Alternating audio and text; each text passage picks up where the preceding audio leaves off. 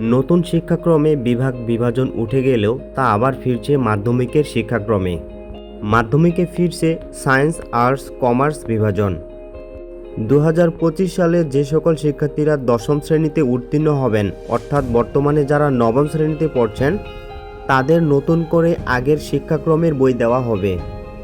তাদের জন্য সংক্ষিপ্ত পাঠ্যসূচি প্রণয়ন করা হবে যাতে তারা এক শিক্ষাবর্ষে তা শেষ করতে পারেন। বিজ্ঞান, মানবিক ও ব্যবসায় শিক্ষাভিত্তিক এ পাঠ্যসূচি শিক্ষার্থীদের এক শিক্ষাবর্ষের মধ্যে শেষ করে এ শিক্ষার্থীরা 2026 সালের এসএসসি পরীক্ষায় অংশ নেবেন।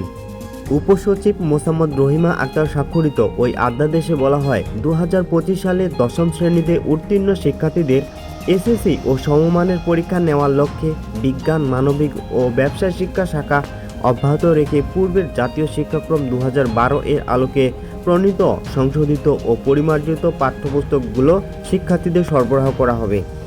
ওই অধ্যাদেশে আরও বলা হয়, যেসব শিক্ষার্থী 2025 সালে নবম শ্রেণীতে উত্তীর্ণ হবে তাদেরকে জাতীয় শিক্ষাক্রম 2012 এর আলোকে প্রণীত শাখা ও গুচ্ছভিত্তিক সংশোধিত ও পরিমার্জিত পাঠ্যপুস্তকগুলো প্রদান করা হবে।